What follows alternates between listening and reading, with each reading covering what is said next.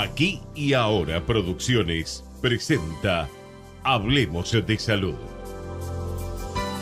Hablemos de Salud. 29 años al servicio de la medicina preventiva. Hablemos de Salud.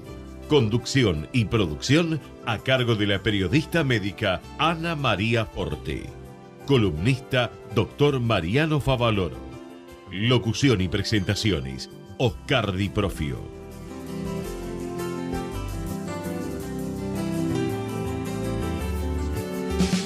Ya podés ser parte de la Universidad de Morón, con más de 80 propuestas académicas, carreras presenciales y a distancia, con anexos en Capital Federal y Gran Buenos Aires. Informate al 5627-2020 o en www.unimorón.edu.ar.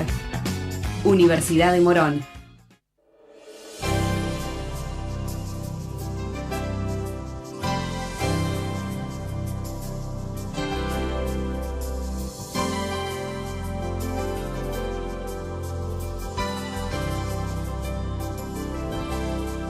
Hola, ¿qué tal? ¿Cómo están ustedes? Soy Ana María y los invito a un nuevo programa de Hablemos de Salud. Y como bien dijo nuestro locutor, ¿no es cierto? 29 años al servicio de la medicina preventiva parece mentira, porque 29 años atrás realmente ni los médicos creían en cuanto a medicina preventiva. Decían que ellos estaban para curar y no para hablar. Entonces me instalé 10 años en el Garrahan y 10 en el Santoyani. Yo digo, vaya a saber por qué. Bueno, pero todo en la vida tiene un porqué. Y feliz de pronto lo que a mí se me ocurrió junto a mucha gente, ¿no? Pero bueno, radio y televisión. Después fue creciendo, tuvimos muchos programas, ¿no es cierto? Y nosotros seguimos en pie después de tanto tiempo, por algo será. Hoy estamos con el doctor Mariano Favaloro, como siempre, cirujano cardiovascular, nuestro columnista de lujo, va a hablar acerca del tabaquismo. También con el doctor Héctor Julián, cirujano plástico y general, médico legista y abogado. Tema: probables complicaciones que se pueden presentar en una cirugía plástica. También estamos con otro gran amigo, el doctor Roberto Glorio, doctor en medicina, dermatólogo, profesor regular adjunto de la Universidad de Buenos Aires. Va a hablar acerca de melanoma. Y el licenciado Gastón Colodro, psicólogo, va a hablar de eso tan de moda desde hace tantos años, ¿no es cierto? Y vamos increyendo, que son los psicofármacos y su abuso. Muy buenos días, doctor Mariano Favaloro. Buenos días, Ana María. ¿Qué tal? Muy bien. ¿Todo bien? Todo bien, doctor, como siempre. Todo muy Perfecto. bien, muy feliz de estar haciendo lo que me gusta. Y este tema que vas a tratar, bueno, no es la primera vez que lo hacemos y quiero que le des un enfoque desde tu especialidad también, ¿no? Así es. Y justamente este año, desde el año 1987, la OMS dispuso que el 31 de mayo sea el Día Mundial sin Tabaco. Es decir, que la OMS supone que el día 31 de mayo de todos los años nadie fuma en el mundo. Hace una abstención del cigarrillo. Ojalá. Ojalá así sea, ¿no? Y que sea para siempre, en realidad. Entonces, este año el lema es tabaco y corazón. Así que está directamente dirigido porque produce el efecto deleterio sobre todo los vasos arteriales. Pero bueno, este año lo enfocó en el corazón porque también es una de las primeras causas de infarto. O sea que la arteria se tapa, no pasa la sangre y aparece el infarto. Y tiene efectos sobre todas las arterias de todo el cuerpo. Es una adicción muy, muy fuerte porque tiene la nicotina, que produce una adicción semejante o superior a la de la cocaína o los opiáceos. Está demostrado la satisfacción inmediata que tiene el fumador cuando se desespera que tiene abstinencia, sea de horas o días, y se estudió eso de que cuando empieza a fumar, la primer pitada ya en 9 a 12 segundos llega a los núcleos cerebrales y ya empieza a tener satisfacción a esa ansiedad. Así que eso todo va a favor del cigarrillo, y en contra de la prevención, Hasta obviamente. cianuro tiene. Sí, bueno, tiene tantas sustancias que cada vez se distribuyen, se encuentran más, ¿no? Eso, como decían de un gobernador, que todos los días se le descubre una nueva propiedad. Se hizo famoso acá en la Argentina. Ajá. Al cigarrillo también se le descubren todos los días nuevas sustancias. Claro, dicen que tiene alrededor de 5.000 sustancias nocivas. Sí, nocivas tóxicas, sí. El benzopireno, por ejemplo, es un cancerígeno que tiene el cigarrillo. Así que, bueno, es infinitamente, a mí me produce una bronca que la gente fume todavía, sabiendo lo que es el tabaco. Pero y embromando al pasivo, embromando a sus propios hijos o a los bebés que tienen en su hogar. Y bueno, ese es el capítulo del humo de segunda mano o de tercera mano, y, por ejemplo, es semejante, si bien no es la misma causa directa, pero los padres que fumaban marihuana y cocaína, tomaban cocaína, y el hijo lo llevaron a la guardia un chiquito de meses, porque estaba intoxicado, no sabían qué tenía, estaba intoxicado con marihuana y cocaína por los vapores que producían los padres. Increíble. Es tremendo, ¿no? es tremendo. Tremendo. Bien, aparte de afectar el corazón, ¿qué otras partes está afectando? Y como tiene directa causa-efecto sobre, por ejemplo, el cáncer de pulmón. No todos los fumadores van a tener cáncer de pulmón, pero el que más fuma y más tiempo fuma tiene mucha más chance. Y produce cánceres, digamos, inclina a la aparición de cánceres en muchos órganos, de boca, de riñones, de vejiga, o sea que tiene un espectro cancerígeno muy, muy importante sobre todo el organismo. Y Favaloro, ¿vos recordás la gente que vino a hablar de fibrosis pulmonar crónica? Sí. No, idiopática, claro, ¿no? eso es idiopática, eso te iba a decir. Exactamente. No era por el cigarrillo directamente. ¿Y los que vinieron con, cómo es, la mochila? Esos también era fibrosis pulmonar, porque hay fibrosis pulmonar por hipertensión pulmonar también, que es otra patología. También. Pero que depende del tabaco. A veces sí, a veces no. Son dos enfermedades paralelas que pueden ser paralelas. Lo que pasa que si una persona que fuma mucho y tiene EPOC, o sea, enfermedad pulmonar obstructiva crónica, que se queda sin pulmón, que ese son uno de los espectros de pacientes que han venido, ese sí también necesita finalmente la mochila.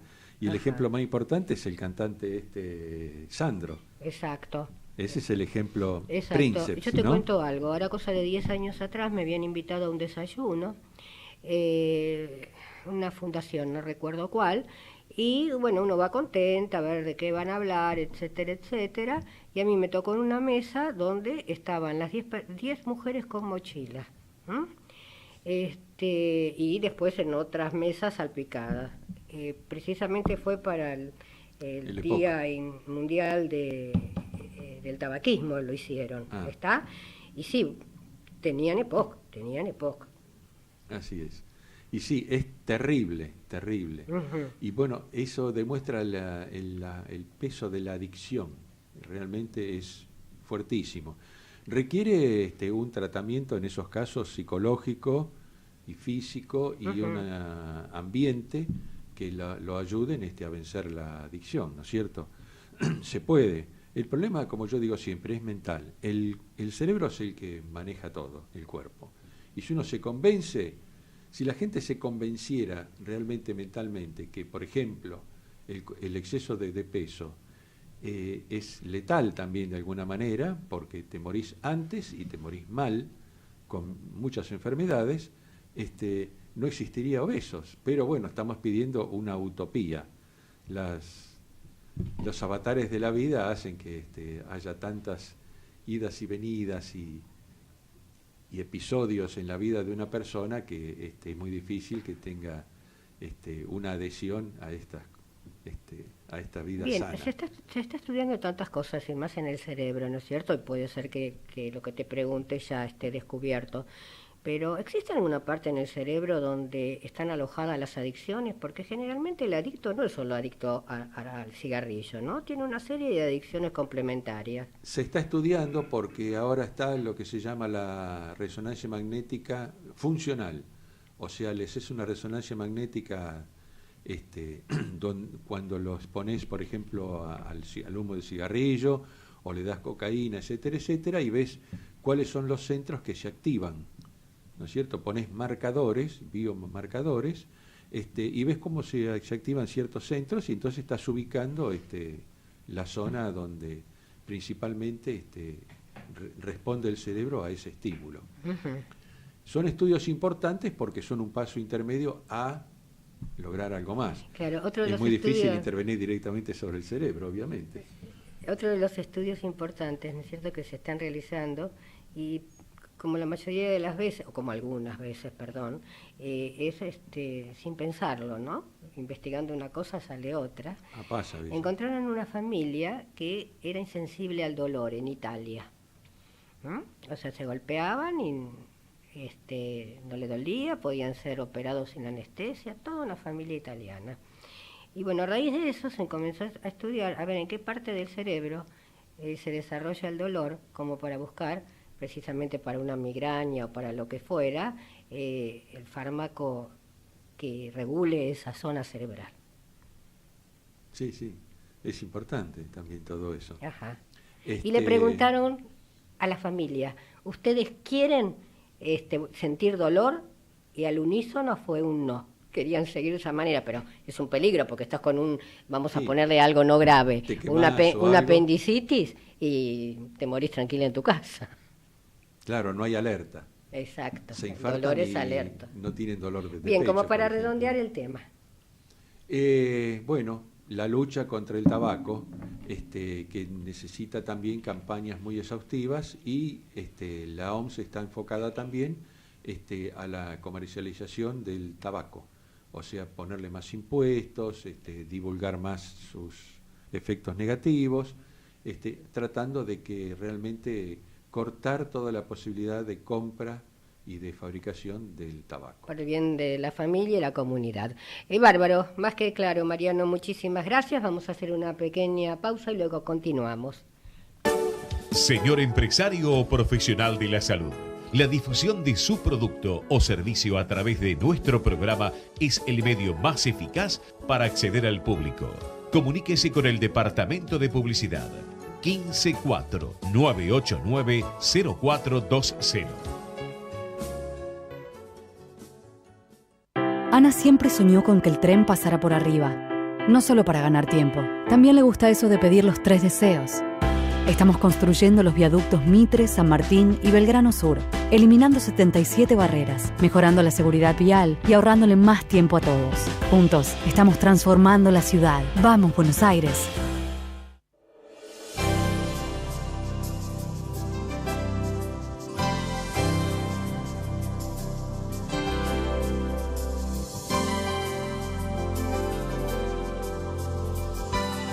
Muy buen tema, ¿no es cierto? A no fumar y a no molestar al prójimo. Y ya estamos con un gran amigo, como bien lo dije, el doctor Héctor Julián. ¿Qué tal? Buenos días, Julián.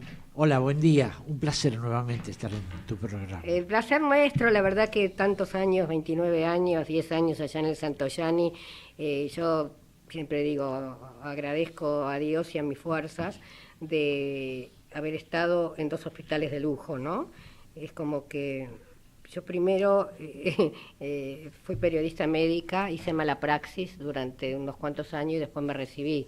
Y cuando fui a hacer el curso, ¿no es cierto?, me dijeron, Ana María, tenés que venir como profesora, ¿cómo vas a venir al curso? Le digo, bueno, es una deuda que tengo, pero todo lo aprendido es gracias al Santoyani y al Garrahan, de lujo, 2 hospitales de lujo. Héctor Julián, contanos, ¿qué tipo de complicaciones? Porque uno dice, bueno, me voy a hacer una cirugía plástica, puede ser una rinoplastía, ahora está más de moda, como bien ya lo venís diciendo, la cirugía mamaria, lifting, otros tipos de cirugías, ¿no es cierto? Glúteos. Y las mujeres cuando dicen, me voy a hacer tal cosa, es como que Igual que decir, me voy a tomar un té con una amiga, ¿no? Como es una cirugía estética, se cree que es una cirugía menor. ¿Es así? Bueno, dentro de la cirugía plástica, como en toda la cirugía, hay cirugías de complejidad mayor, mediana y de baja complejidad. Operar un quiste sebáceo no es lo mismo que operar una dermolipectomía. Son cirugías de diferente riesgo, eso creo que es muy claro. Pero una cuestión así mezclada con otras cosas, o como decís vos por ahí, la crítica a la estética, hace que a veces sean severos con los juicios de valor que se hace. Las cirugías plásticas en general son menos riesgosas que las cirugías generales. ¿Por qué menos riesgosas? Porque casi nunca se entra a cavidades. Cuando opera un cirujano de abdomen, abre el abdomen. Nosotros cuando hacemos una dermolipectomía llegamos hasta la aponeurosis y ahí termina nuestra... Lo mismo pasa cuando colocamos una prótesis mamaria, nosotros no abrimos el tórax, salvo algún accidente que pueda ocurrir, pero si no, no lo abrimos. O sea que eso hace que nuestras cirugías sean de menor riesgo en general que las otras de la cirugía general. Hablas de un accidente que puede llegar a ocurrir.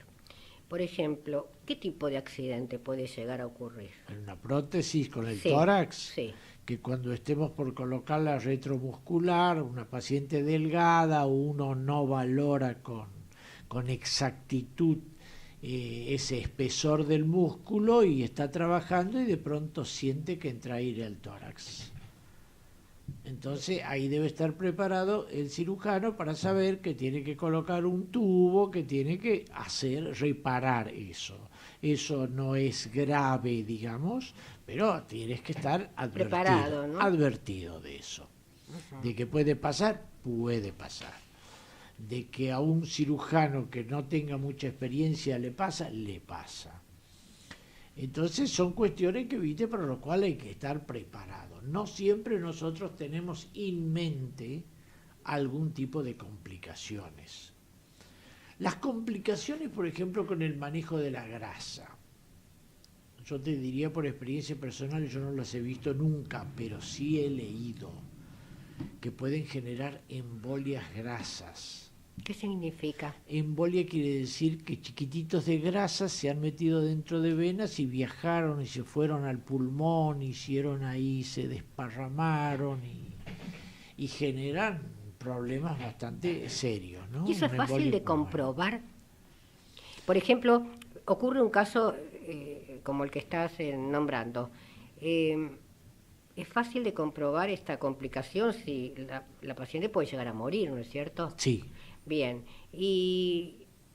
Perdona, te aclaro que aquel famoso caso que le inyectaron la silicona se murió por embolias de todo tipo de la silicona. Esa paciente... Explícale a la gente que no lo sabe esto. Claro, una vez en un consultorio una modelo cordobesa le estaban inyectando una sustancia, se ve que la sustancia se la inyectaron en la vena y eso generó una embolia, creo que después internan en el Fernández y se muere antes de las 48 horas. ¿Era con prótesis mamaria? No, era una inyección de una sustancia como esas que estamos escuchando que se inyectan habitualmente y que hubo conflictos incluso en los medios de comunicación por inyectar esa sustancia. Se ve que desafortunadamente la profesional que lo hizo... ¿Pero con qué motivo se inyecta la sustancia? Para aumentar el volumen. Ah, perfecto, por eso. Bien, ahora me cierra. Sí, en lugar de la prótesis, la sustancia. La sustancia. Que se hacía mucho en las personas con cambio de sexo, ¿no? Sí, aparte aquí hemos tenido mucha gente del ambiente de la farándula que se hizo esas inyecciones y que hoy están con problemas de otro tipo, en algunos casos con problemas renales, ¿no? Ajá. Y son fácil de detectar, o sea, muere la persona y es fácil de detectar el motivo de la muerte. Y la relación de causalidad, ¿viste? No la chocó un tren, le acaban de colocar una inyección o acabas de hacerle una cirugía donde manipulaste la grasa y después de pronto la paciente viene y se le detecta que está con una embolia pulmonar, se supone que el origen de esa embolia es esa grasa. Si hubiera estado sometida a una cirugía cardiovascular o alguna cuestión de ese tipo, podés pensar que la embolia sería sanguínea, ¿viste? Es que vino de la zona donde trabajaste. Bien.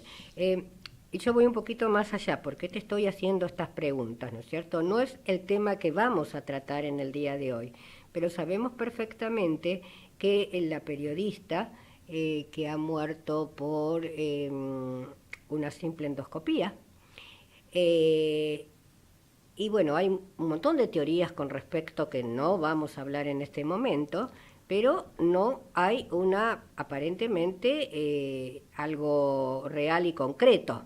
Por eso yo pregunto si en una cirugía, no para alarmar a la gente, ni para que los cirujanos plásticos tengan que cerrar sus consultorios, pero sí tomar en cuenta las cosas que pueden pasar si uno no elige también un buen cirujano plástico. Bueno, yo creo que ahí diste la clave.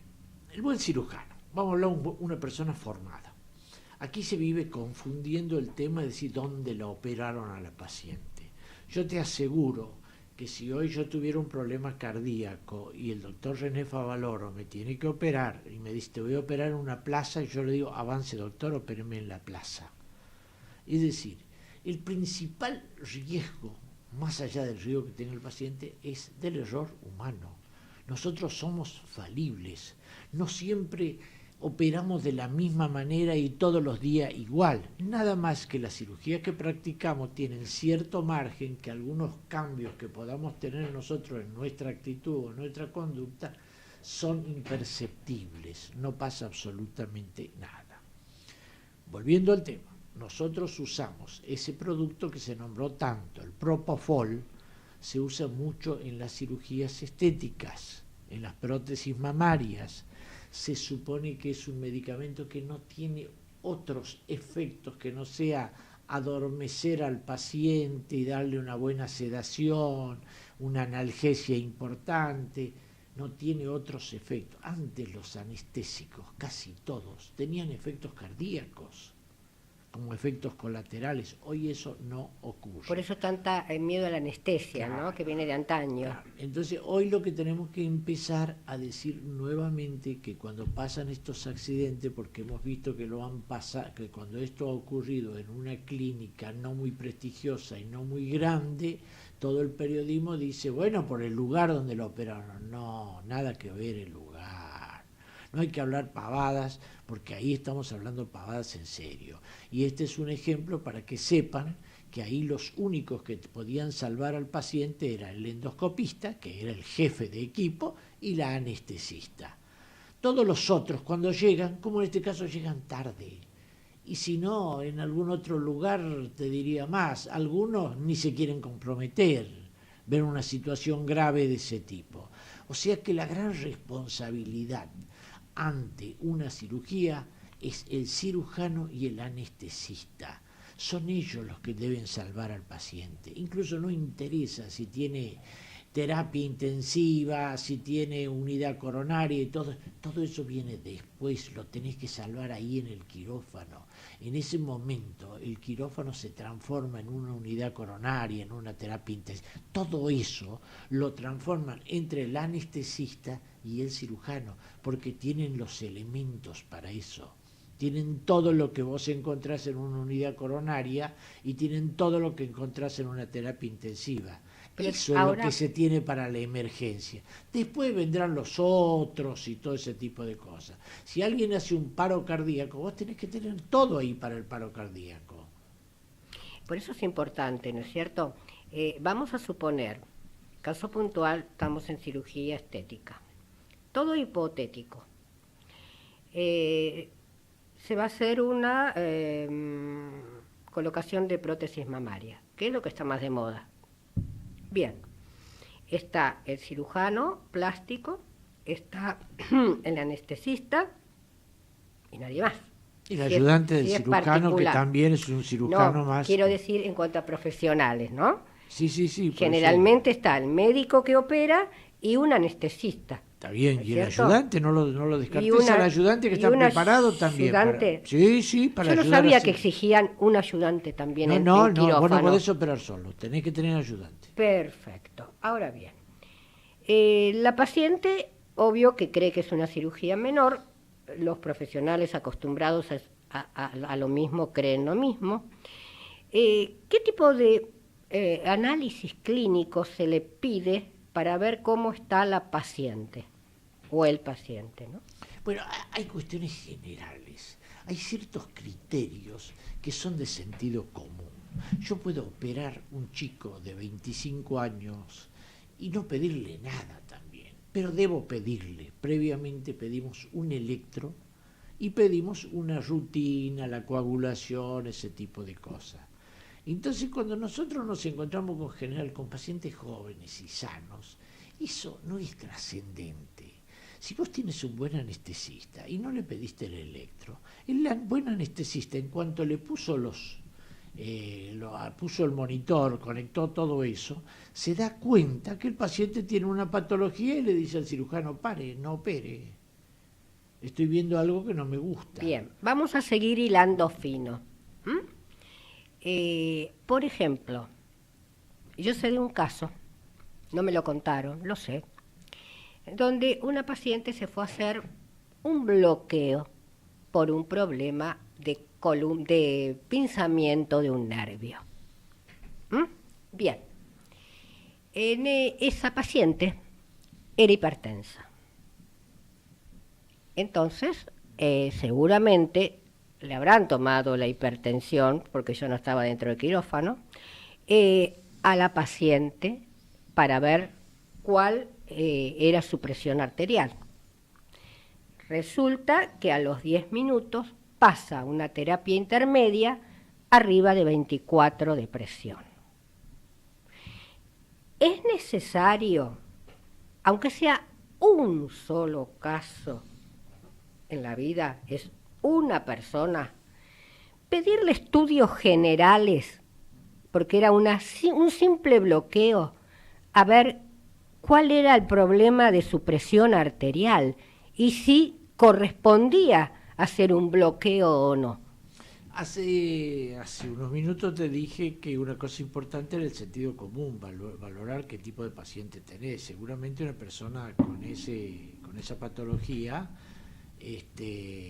tiene quizás más de 40 años. Entonces, y en ese caso, vos tenés que tener más precauciones. Entonces, quien le solicita los estudios prequirúrgicos debe tener en cuenta.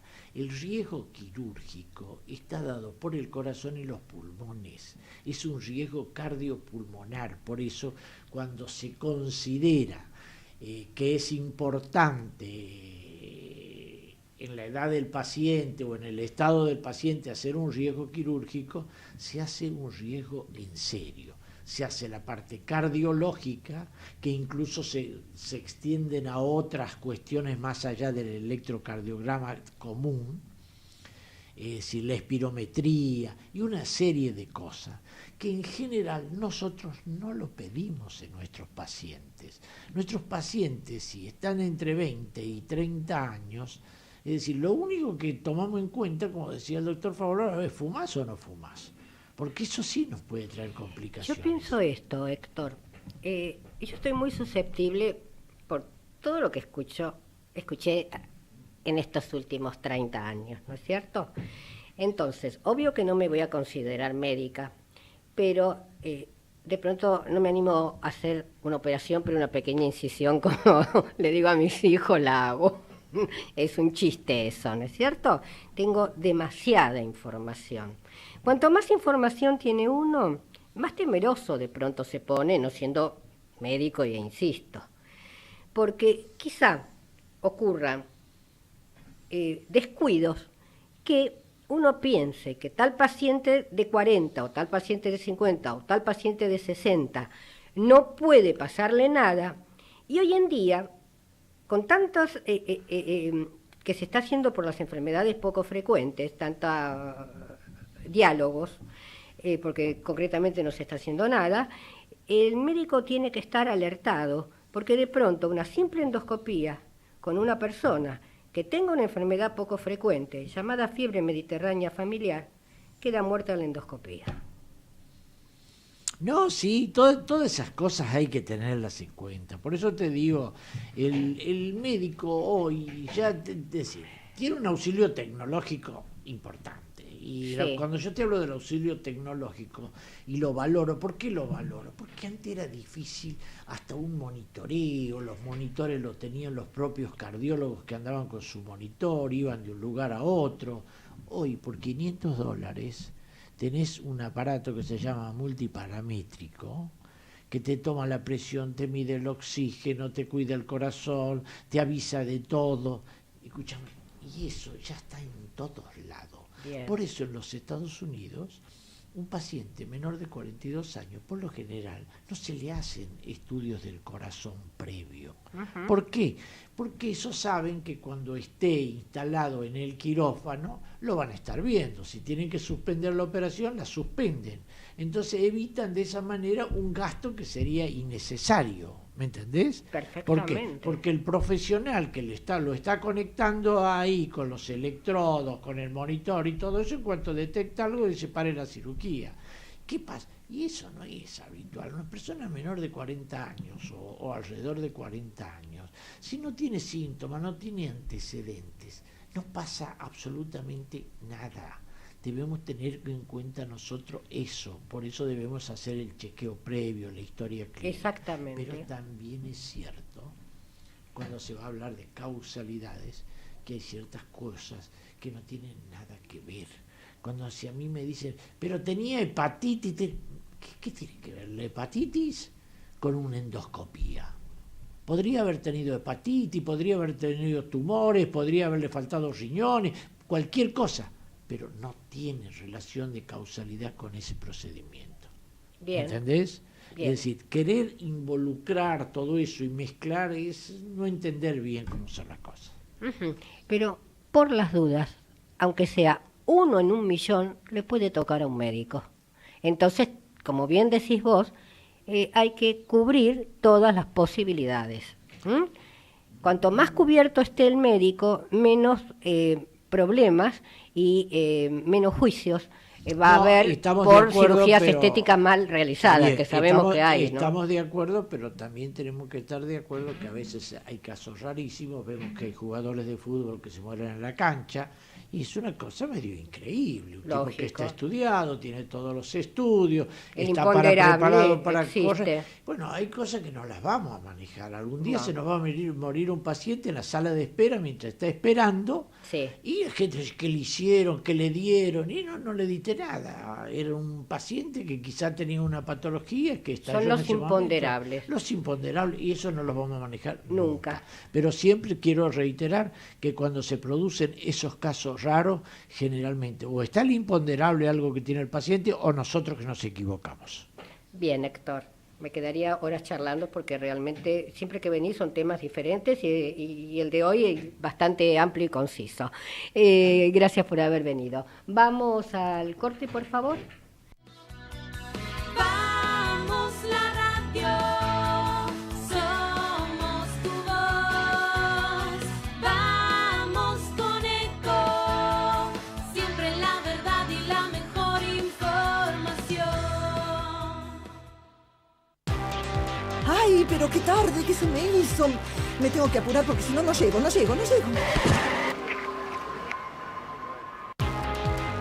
No. ¿Pero seguro? ¿Qué problema? Bueno, vamos a encontrar una solución. Bancame ahí que en 2 minutos estoy con vos. Bueno, vos ahora te tenés que ir. Sí, pero yo quiero hablar de esto ahora. Cuando llegue a casa te llamo.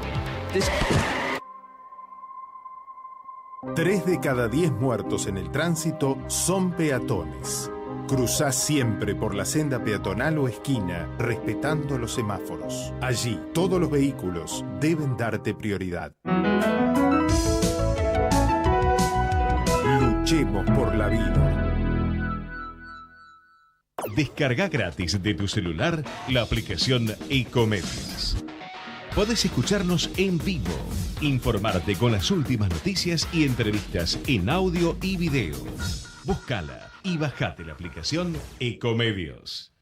Podés vernos en vivo en ecomedios.com. Contenidos audiovisuales. Conectate con nosotros. Línea directa 4-325-1220. Si usted tiene alguna inquietud sobre su salud o la de su familia, Hablemos de Salud les responde vía mail. Tomen nota. hablemosdesalud@hotmail.com o a través de nuestra página www.hablemosdesalud.com.ar. SAME Provincia ya está cuidando a 8 millones de bonaerenses y seguimos trabajando para llegar a todos. Si quieres saber más, ingresa en gba.gov.ar/salud. Buenos Aires Provincia. Entre todos, podemos más. Ya podés ser parte de la Universidad de Morón, con más de 80 propuestas académicas, carreras presenciales y a distancia, con anexos en Capital Federal y Gran Buenos Aires. Informate al 5627-2020 o en www.unimorón.edu.ar. Universidad de Morón. Profesora Karina Uranga, cosmiatra, tratamientos faciales y corporales personalizados. Para contactarse 011 69 68 11 12 o vía mail karinauranga@hotmail.com. Mica no ve la hora de llegar a su casa y sacarse los zapatos. En un tiempo se los va a sacar ahí nomás, para pisar un rato el pasto. Estamos construyendo el Paseo del Bajo. Mejor conexión, más espacios verdes y más seguridad. Juntos estamos transformando la ciudad. Vamos, Buenos Aires.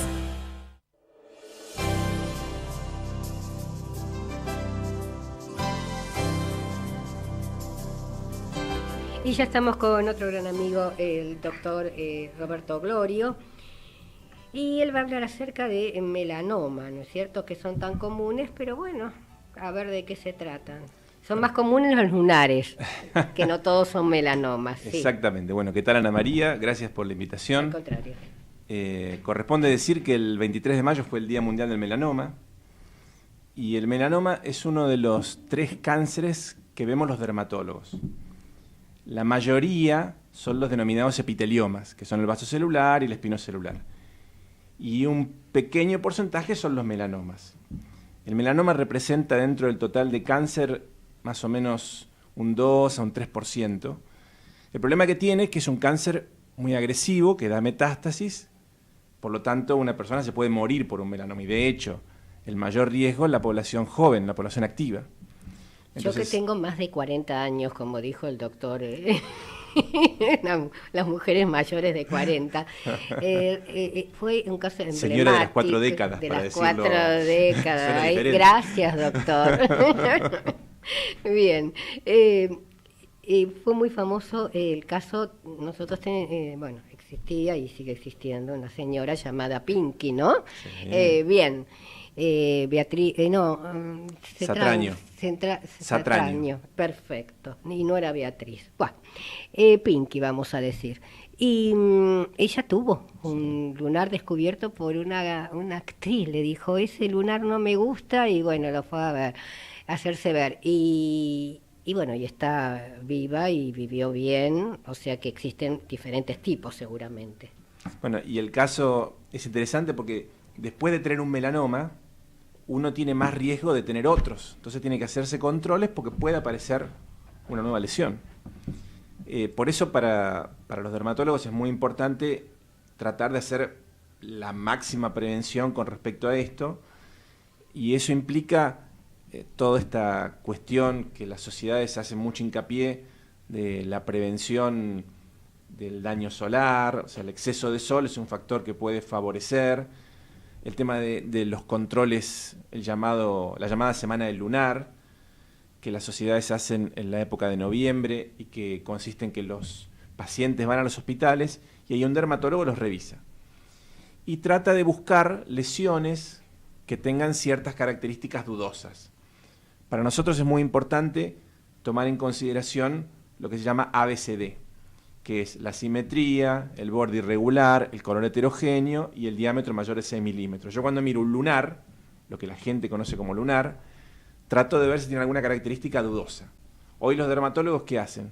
Primero lo miran. Si tiene duda, lo miran con el dermatoscopio, que es un aparatito que permite ver mejor la lesión. Y tiene más duda, le hace biopsia. Y la relevancia de la biopsia es que a mí me da el diagnóstico. Y con ese diagnóstico yo puedo salvar una vida. ¿Por qué? Porque en términos de la posibilidad de salvar la vida está justamente cuanto más temprano uno hace diagnóstico. Porque si yo logro sacar la lesión cuando es pequeña, no se diseminó, no se ramificó, como dice la gente, entonces es mucho más probable que esa sea la solución. Ahora, cuando ya pasó el tiempo y el diagnóstico es tardío, ya empezaron las consecuencias de que esas pequeñas células, que son llamadas melanocitos, migran hacia otros órganos. O sea, al cerebro, al pulmón, a donde sea. Es lo que se llama ramificaciones. Las metástasis. Metástasis, bien. Entonces, el problema para nosotros es el diagnóstico temprano. Cuando vos decís biopsia, es tomar una pequeña muestra pequeñita, porque la gente se asusta a toda no Claro, saber, no, ¿no? la biopsia de piel es casi una actividad que se hace en consultorio, donde uno le coloca la misma inyección que le coloca un odontólogo cuando le saca alguna lesión, y con un aparatito que se llama punch, que es un sacabocado, se sacan 3-4 milímetros de piel. Y eso permite, a través de la histopatología, confirmar o no. Pero previo a eso, las campañas no solo exigen que vaya al médico dermatólogo, sino también hacen mucho hincapié en el autoexamen. Porque la propia gente, los trabajos dicen que hasta 70% de los diagnósticos los hace la propia gente, sin saber nada. Porque cuando uno ve un lunar que pica, que sangra, que duele, que apareció de repente y tiene alguna forma extraña, que tiene diferentes colores, bueno, obviamente después de eso lo que sigue es ir al médico. Y el médico, para nosotros es bastante característica la lesión. Con lo cual, si yo tengo una evidencia dudosa, bueno, hago la biopsia. Vos sabés que yo tenía un pariente que tenía un lunar en el cuello. Muy lindo el lunar, porque antes la mujer que tenía un lunar era Marilyn como Monroe. Diferente, ¿no es cierto? Y la que no se lo pintaba. Bueno, esta prima lo tenía natural. Pero cuando se peinaba, con el peine lo lastimaba. Y me contaba que un dermatólogo le dijo, vení a sacarlo porque ahora no es nada, pero puede ser algo después. ¿Puede suceder esto o no? A ver, la realidad es que cuando uno tiene un lunar que está en zonas de roce, por ejemplo la zona del corpiño, ese lunar está sometido a una agresión permanente y eso puede generar ciertas alteraciones en las células que están ahí. Entonces lo que uno le aconseja al paciente es, si está en esa localización, sacalo. Si está en zona oculta, por ejemplo, en zona genital, en planta de los pies, que uno no tiene control, en dorso, en lugares que el paciente no se va a ver, y sacalo. Ahora, también debo decir que eso ha cambiado a través de los años. Yo ya cumplo 30 años de médico y cuando yo empecé, la postura era mucho más estricta en el sentido de sacar todo. Uno veía un lunar dudoso, lo sacaba. Y hoy es más de observación. Hoy uno mira, controla, ante la duda decide sacar, pero cambió la política. Antes era sacar todo.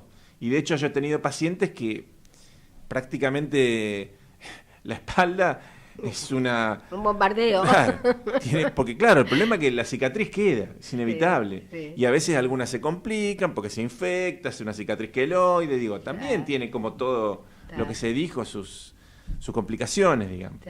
Y también conocí otra paciente, una prima mía, donde le molestaba un lunar, ¿no es cierto? Y fue al dermatólogo, le miró y dijo, mire señora, este lunar a mí no me preocupa, por más que el roce lo está estropeando, me preocupa otro, que era cáncer. O sea que de casualidad esta persona, probablemente ese médico le ha salvado la vida. Bueno, es que eso a cualquier dermatólogo le ha pasado muchísimas veces. La gente viene por una cosa y uno mira y ve algo raro y dice, no, el que no me gusta es este, no este otro. Exacto. Entonces, pero doctor, ¿le parece? Porque sí, y yo me lo sacaría. Porque la realidad es que, bueno, si es un melanoma, es muy malo. Exacto. ¿Y hay familias que son de tener melanoma? Bueno, hay un pequeño porcentaje de los melanomas que se transmite con una característica familiar. De hecho, se puede hacer un estudio genético donde uno puede estudiar ciertas características que permiten orientar. Eso no se hace en todos los casos, pero se puede hacer. Generalmente yo he escuchado, quizá va más la mujer que el hombre. ¿Se da más en la mujer que en el hombre o no? No, en realidad lo más frecuente es que en la mujer afecte las piernas y en el hombre el tronco. Pero no es que hay una mayor frecuencia en un grupo, la verdad que no. ¿Dejamos un consejo? Sí, el consejo es que la gente vaya al médico ante la más mínima duda, que se controle los lunares, que se revise con un espejo pequeño y uno grande, y si tiene algo raro que le llama la atención, que vaya al médico dermatólogo, porque el diagnóstico puede permitir salvar la vida. Entonces, ese es un poco el mensaje. Bien, muchísimas gracias, No, un por placer favor. haberte entrevistado. ¿Vamos a hacer la pausa? El objetivo de Hablemos de Salud es brindarles a través de una calificada información los conocimientos necesarios para la prevención de enfermedades mediante la promoción de la salud. Peina la señora Ana María, Peluquería Pino. Agradecemos a Oscar de Busquiazo 3043, Palermo. www.pino.com.ar. Viste a la señora Ana María, City Jennifer. Agradecemos a la sucursal de Santa Fe y Bulnes. SAME Provincia ya está cuidando a 8 millones de bonaerenses y seguimos trabajando para llegar a todos. Si querés saber más, ingresa en gba.gov.ar/salud. Buenos Aires Provincia. Entre todos, podemos más.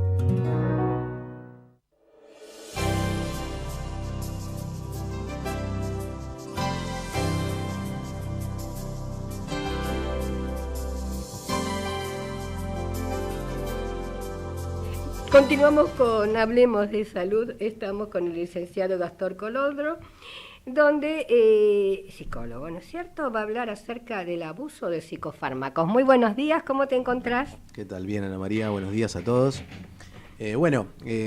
Abuso y dependencia también un poco de los psicofármacos.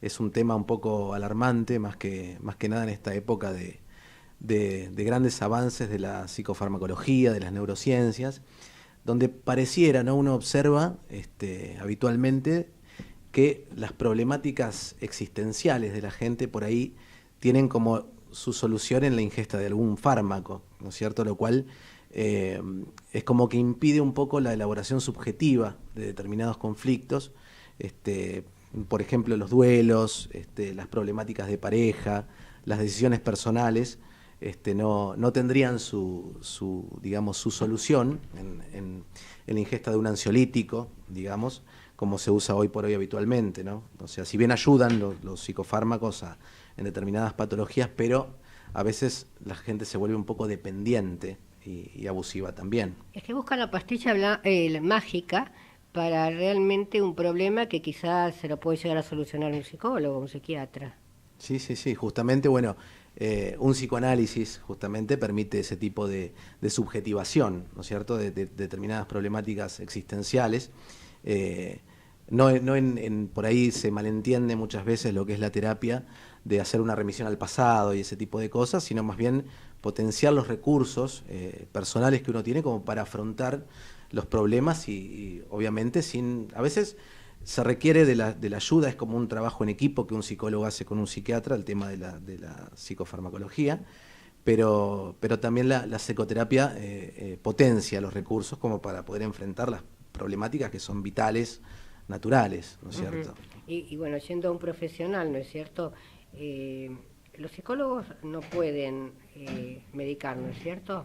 No. Bueno, vamos a suponer un psiquiatra que mande a hacer un psicoanálisis, pero que aparte él considere que realmente necesita un psicofármaco, y si le da 0,25, que el paciente no tome 4 pastillas de 0,25, que es la otra, ¿no? Claro.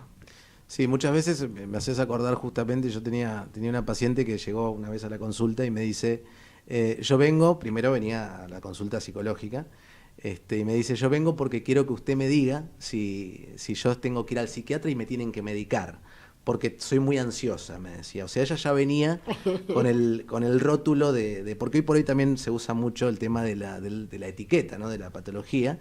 Uno dice, bueno, soy bipolar, soy obsesivo, soy ansioso, tengo pánico.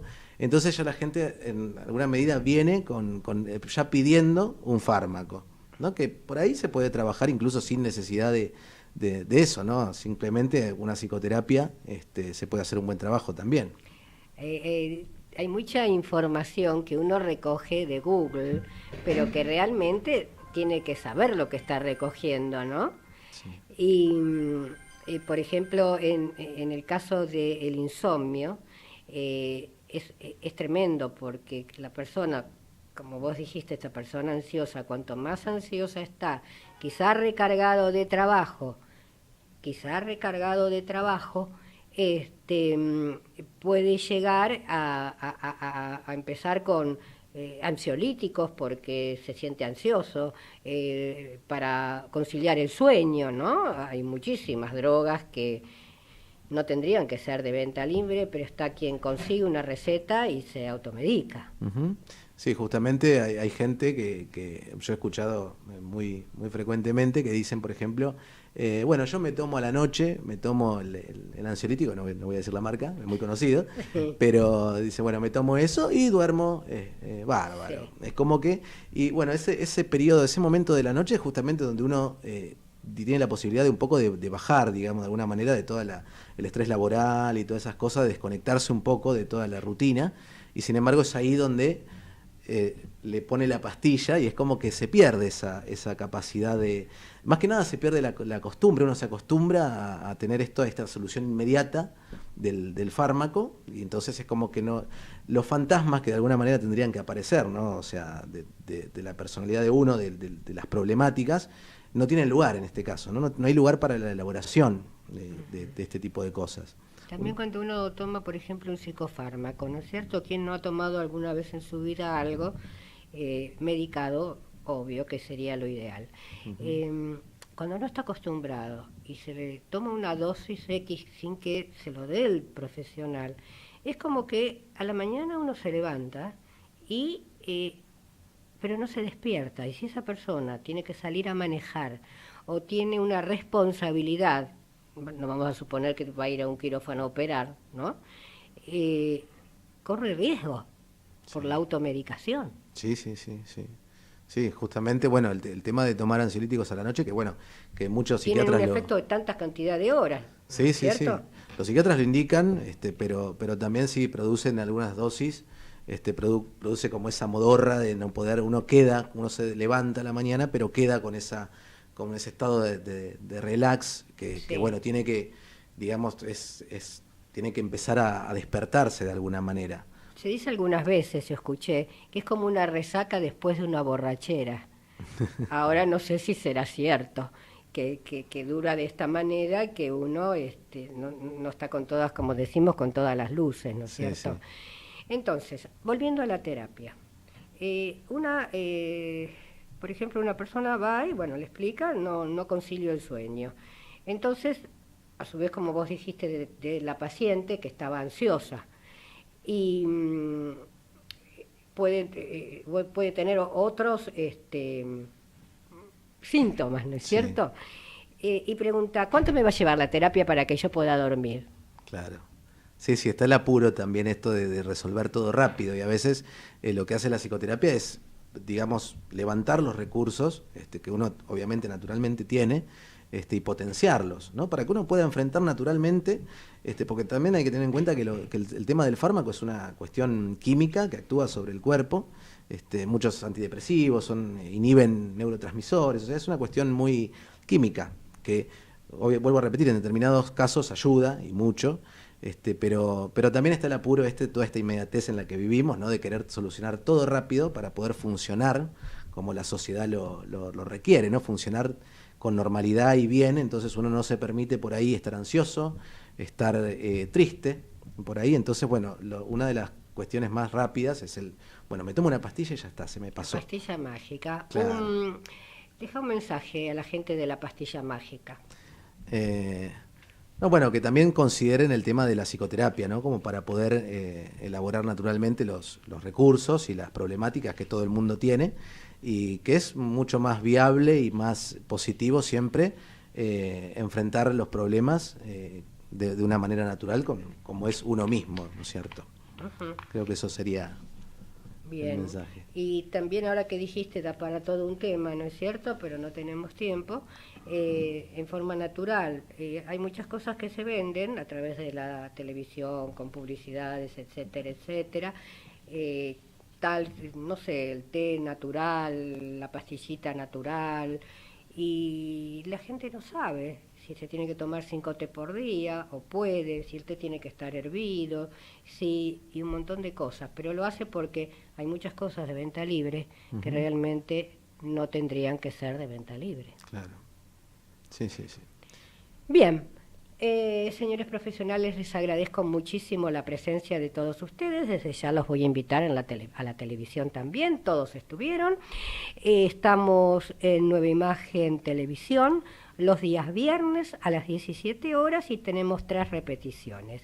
Con respecto a la audiencia de Ecomedios, bueno, los espero la próxima semana en este mismo horario. Espero haber sido de utilidad. Un beso grande a todos y hasta la próxima.